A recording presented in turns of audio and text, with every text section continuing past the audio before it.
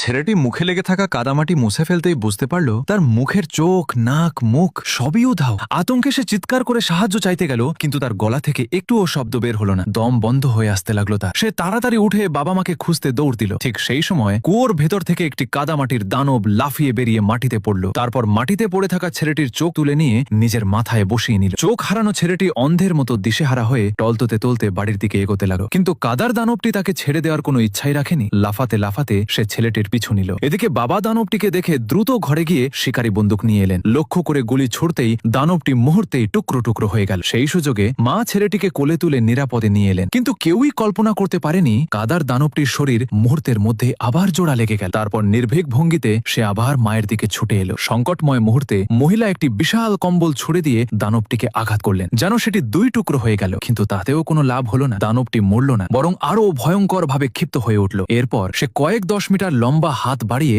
এক ঝটকায় ছেলেটিকে ঘর থেকে টেনে বের করে নিল এবং চোখের পলকে নিজের পেটের ভেতর ঢুকিয়ে ফেলল। সবাই যখন বিস্ময়ে হতবাক, তখন কাদার দানবটি হঠাৎ একটি বিস্কুটের রূপ নিল, এমনকি নিজের আমুলও খেতে শুরু করলো। তারপর সবার চোখের সামনেই এক লাফে আবার কুয়োর ভেতরে ফিরে গেল। এভাবেই অসহায় ছেলেটি চিরতরে হারিয়ে গেল।